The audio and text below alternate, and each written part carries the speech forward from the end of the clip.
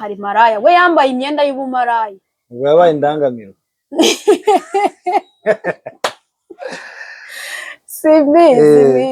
sinzi ubwo niko. Hey yo, what's popping Kigali, what's popping Rwanda, what's popping everybody around the world? How you doing guys? Hope ko mumeze neza. Ubuzima bwa hano hanze busanzwe, ariko uyu munsi ntituri bujye kure cyane y'ibyo dusanzwe tuganira. Ndumva nifuje ko tuvuga inkuru yo muri Bibiliya. Abantu abenshi nibaza ko batigeze bayisoma ngo bayumve neza, ariko abona ari amateka y'Abisiraheli. Abisiraheli ukuntu bagiye muri Egiputa, ukuntu bavuyeyo, mbere yabyo ukuntu nanone iriya nkuru y'ukuntu bari imiryango 12 ari rwo rubyaro rwa Yakobo, ukuntu bisanze nyine muri Egiputa bagiye kubararira murumuna wabo witwaga Yosefu. Yego. Buriya Yosefu avukana n'akandi kana k'agahererezi bitaga Benjamin, cyangwa se Benjamin ngo mu Gifaransa. Ariko uriya Yosefu bamutwaye kugira ngo abantu babyumve neza, ngo bamutwaye bamuguze. Ubundi Yosefu urumva we yari mutoya, we na murumuna we, urumva bo bari abana batoya. Noneho abandi ba Yuda, ba Labani n'abandi bakuru nyine baragiye kuragira. Kera n'ubundi no mu buzima busanzwe, kera mu Rwanda habagaho ibintu bita kugishisha. Kubyumva? Kugishisha ni nko nyine bajyanaga, urumva nk'amapfa yarateraga ahantu, bakajyana inka ahandi hari ubwatsi, bakajya kuragira aho babasha kubona ubwatsi bw'inka n'amazi, noneho bakajya kuragirayo. Rero na kera nabyo byabagaho. Noneho bajyana izo nka, bo byari umukumbi, urumva byari intama, ihene, baragenda bajya kuragira aho babaga, ntago batahaga. Noneho papa wabo ari we Yakobo atuma Yosefu, ariko Yosefu bakiri iwabo akaba yarotaga inzozi, akabona ngo bikoreye imibango, yarangiza ngo akabona ngo uwusigaye uhagaze ngo iyabo ngo iraguye yubamye. Noneho yazisobanura akavuga ukuntu nyine we azaba umutware bakamwubararira, ariko ntibabyumve, kandi rimwe na rimwe bikanabatera ishyari. Noneho papa we amwohereje ngo ajye kubareba, kagituruka hakurya, barakabonye, batangira kujya inama ati tugakorera iki. Bamwe uwitwa Labani niwe wari imfura, avuga ati tukice tukajugunye, uzabwire se ko kariwe n'inyamaswa y'inkazi.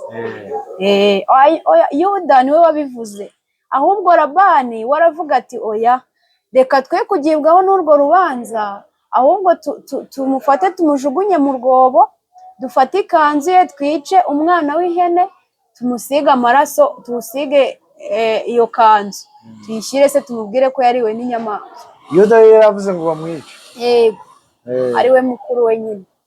Noneho uwo witwa Labani wari imfura aravuga ati oya, twigibwaho n'urwo rubanza. Ariko uyu Yuda bavuga aha ngaha ntabwo ari wa Yuda wo kwa Yesu. Oya, umwe wamusomye ku itama. Ntabwo ari we Yuda. Dushaka turahita dukomereza aho abariyo nkuru ye tuvuga, ariko muri rusange bamenye aho akomoka. Ni umwe mu rubyaro rwa Yakobo. Yakobo akaba yaravaga inda imwe n'uwitwa Esawu, babyarwa na Rebeka. Nanone bakaba ni inkuru ndende. Aburahamu niwe wari papa wabo, yari sekuru wabo kuko yari se wa Isaka. Aburahamu yabyaye Isaka, Isaka abyara Yakobo na Esawu. Yuda naza kuvuga. Noneho nyine Yakobo yabyaye, yagiye abyara, yashatse abagore benshi, bose babyaraho abana 12. Hari uwo babyaranye 6, undi babyarana 2, undi 2, undi 2, kuko we n'inco abagore be bagiraga abaja, noneho abaja nabo akababyaraho abana. Nuko abana baba 12. Noneho nyine Yosefu baza kumujya, birangira bagiye inama yuko bamujugunya mu rwobo.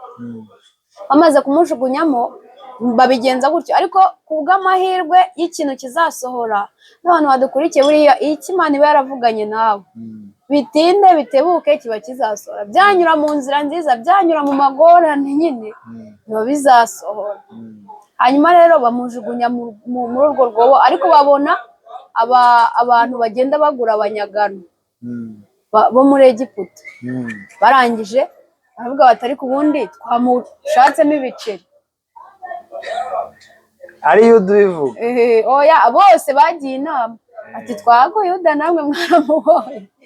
ariko Yuda uzi amabara ye kuva na kera. Izina Yuda wagira ngo riravuga. Numvishe n'umuhanzi avuga ngo nsoma kwitaba kandi mbibona uri kungambanira wega tubana.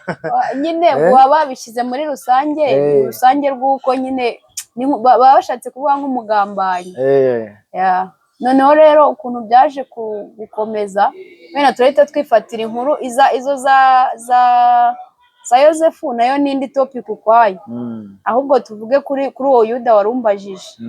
Uwo Yuda ngo yarageze aho bari baragiye avayo, arangije ngo acumbika, Bibiliya avuga ngo yacumbitse ku munyaduramu witwa Hira. Arangije ngo abonayo umukobwa wa Shuwa w'umunyakanani. Ako kantu kibuke turaza kugakenera. Arangije ngo aramujyana aramushaka, barabyarana. Babyarana umwana wa mbere. Impamvu ngiye kukubwira amazina y'abana nabo turaza kumva impamvu yabyo. Babyaranye umwana wa mbere w'umuhungu bamwita Eri. Babyarana uwa kabiri bamwita Onani. Babyarana uwa gatatu bamwita Shera. Noneho birangiye ngo Yuda aragenda asabira nk'abandi bose nyine, asabira ariko utarajya kure, uwo Eri ni wa wundi w'umutambyi? Ntabwo ari wa mutambyi, abana be nayo n'indi nkuru bajye batwandikira muri komantere tuzayatubabwira. Eri uwo nguwo ni wa wundi, uwo we yarapfuye, ariko Eri warumbajije ni wa wundi wari umutambyi, wa wundi wabonye Hana yagiye gusenga akamanza ati wa mugore we ubwo ntabwo wasinze, arimo gusenga nyine ngo ururimi rutava mu kanwa niko navuga. We asengera mu mutima ku bw'isindwe ry'umubabaro, amubwira ati umuja wawe ntabwo nasinze. Aramutekereza amubwira ati genda Imana ya Isirayeli guha icyo wayisabye. Ariwe wari ufite abana b'abatambyi nyine baza gukora ibyangwa n'Imana barapfa. Ubwo ariko tuvuge yuko uwo Yuda uwo yabyaye Eri ntabwo ari uwo nguwo? Ntabwo ari we, kuko impamvu aho ngaho nashaka kugira ngo dutandukanye abantu babiri. Eri ntabwo ari we. Twahereye ubwa mbere, umwe ndamubabwiye n'uwo wundi Eri wabyawe na Yuda n'uwo mugore we. We uko byarangiye niyo mpamvu nakubwiye ngo tubashinga hagati turaza kubakenera. Bibiliya iravuga ngo yaragiye amushakira umugore kuko niwe ari mukuru. Noneho amushakiye umugore witwa Tamari. uwo yashakiye umugore ninde? Ni Eri. Yego. Noneho arangije ngo Imana ibona ko akora ibyangwa n'amaso yayo, iramwica. Yica Eri.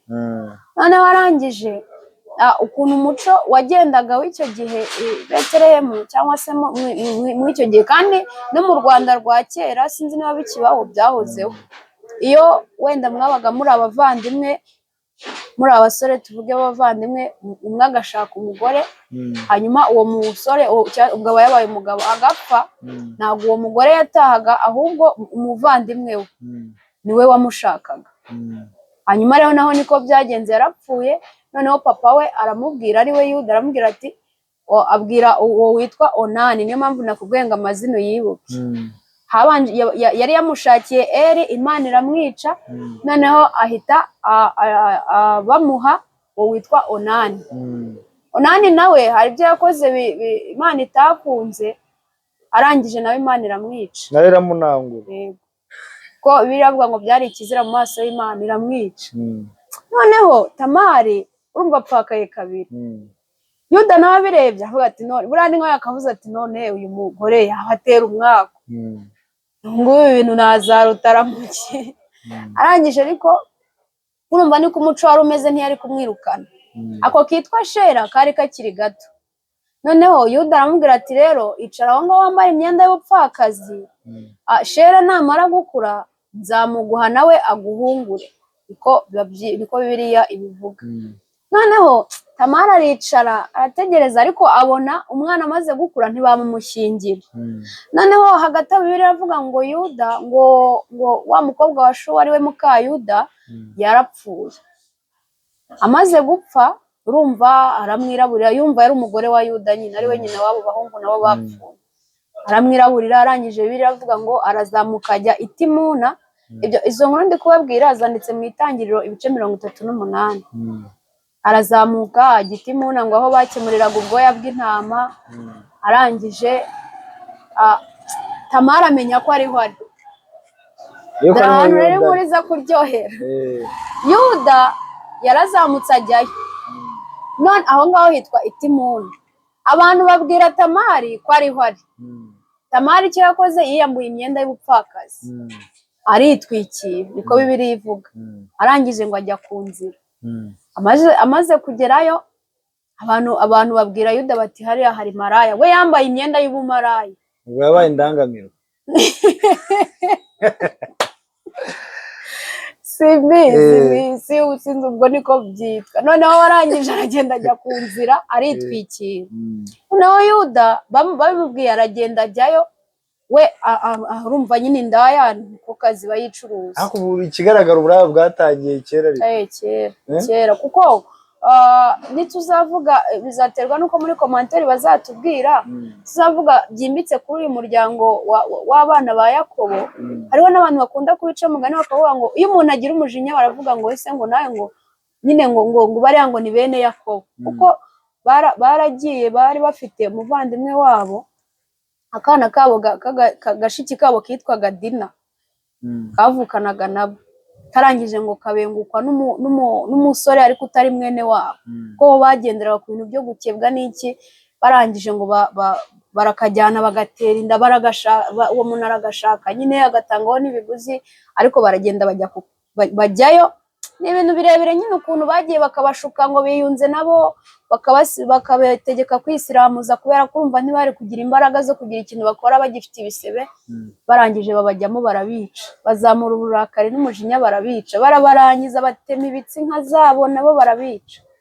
Noneho nyine wumva ibyo bintu byatangiye kera. Kandi nanone uwo nguwo Labani nigeze nkubwira w'imfura ya Yakobo, nawe yaryamanye na mukase. Ukumva ibyo bintu, urumva rero ibyo bintu byagiye bitaba ibintu by'amaskandari nk'ayo byatangiye kera.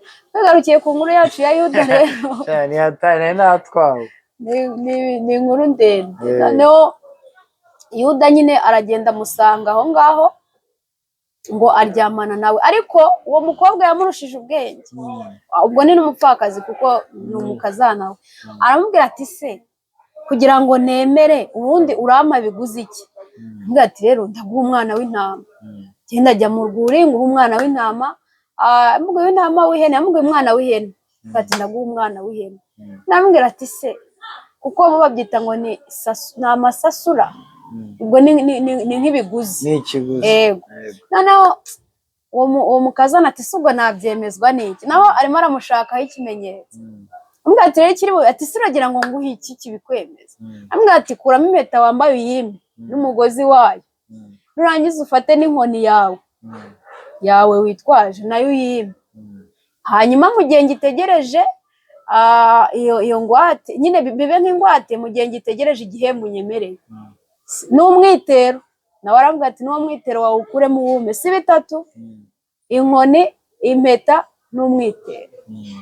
Ababikuyemo arabimuhaye, bararyamanye. Biravuga ngo bararyamanye ngo ahita amutera inda. Abarangije arahaguruka aragenda. Ntihashize amezi 3 inkuru ziragenda nk'uko no mu isi hose bimeze. Abantu bati Tamara atwite inda y'ubusambanyi, Tamari yarasamye kandi nta mugabo afite. Ati ubwo yakoze amahano. Biba bigeze kuri Yuda barabimubwira. Yuda ati nimumusohore mumutwike, kubera ko niko umuco wari umeze. Urumva nk'uwabyaraga ikinyendaro cyangwa se wabaga adafite umugabo, icyo gihe nyine babitaga ibinyendaro, ariko ubu siko bikiri, rwego rwo kubaha agaciro. Cyangwa se wabaga abyaye adafite umugabo yarapfakaye, nabyo cyabaga ari amahano. Urabizi ko no mu Rwanda rwa kera baraboheraga. Barangije rero bafata uwo mugore baramuzana, baje kugira gute kumutwika no kumva bari buhitemo igihano bamwicisha. Noneho araza, ariko amaze kuhagera aravuga ati ariko mbere yuko munyica mfite ijambo. Ubwo Yuda nyine yari yamuzanye n'ibikabe byinshi, kubera ko yaravugaga ati akana kanjye kararokotse. Kuko urumva we yagombaga kumushyingira Shera yabonye akuze yanga kumumuha, we yaramuzanye ngo bamusore bamutera amabuye, niho wati iryo shyano rimvira hano n'undi umwana wanjye arokoke, kuko abana be babiri bose bashyingiwe nawe barapfuye, se umuteramwako. Ariko Tamari aravuga ati jyewe mbere yuko munyica hari icyo mvuga. Azana ya mpeta, azana ya nkoni, azana na wa mwitero, ati ibi ni ibyande. Yuda ngo abikubita amaso, amera nka kwa kundi Yesu yandikishije urutoki hasi bamuzaniye wa mugore tutarakora icyaha namutera. Kandi mu bari bamuzanye n'uwo bakoranye icyaha sha yarari tutarakora icyaha namutera ibuye yandika hasi. Yunamuka bose bagiye. N'uwo rero yahise amera nkawe, yahise avuga ati ndushije gukiranuka. Uko yahise avuga dirigiti Bibiliya niko ivuga ati hano ndushije gukiranuka, kuko bahise bamenya ko uwo bari bagiye kohera nyiri gukora icyaha niwe uwo bagikoranye n'uwo nguwo. Nuko umugore bararokotse, bahise babana se. Nuko Yuda arangije abona yuko yakoze amahano, aravuga ati ndushije gukiranuka. Amaze kumurusha gukiranuka, ibyo ari kwica bivamo iki? Bivamo gukira. Ni ukuvuga ngo gukira. Icyo gihe se yaramucyuye, yamutaye aho. Umurongo wa 26 w'icyo gice cy'itangiriro 38. Umurongo wa 26 turavuga ngo nyine Dawidi Yuda yaravuze ati undushije gukiranuka. Nyine ni nka yabwiraga abantu ndushije gukiranuka kuko ntamuhaye umwana wanjye Shera. Nyine we urumva we yarakiraniwe kuko yakoze ibyo yagombaga gukora ntiyabikoze. Avuga ati andushije gukiranuka kuko ntamuhaye umwana wanjye Shera ngo amuhungure.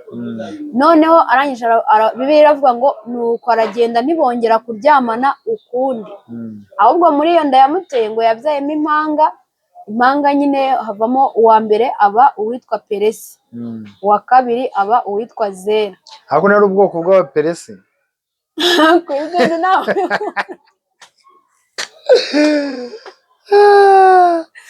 Buyuda ni Buperesi, ibyo bintu nabyo ni ibindi ukwabyo tuzabivugaho. Ariko yavutse Peresi avuka na Zera, bavuga ko umwe yavutse ngo bamupfundika akagozi k'umutuku, uwo niwe Peresi, ni ibintu nk'ibyo. Hanyuma sinjye wahera inkuru ya Yuda nuko n'abana be na Tamari.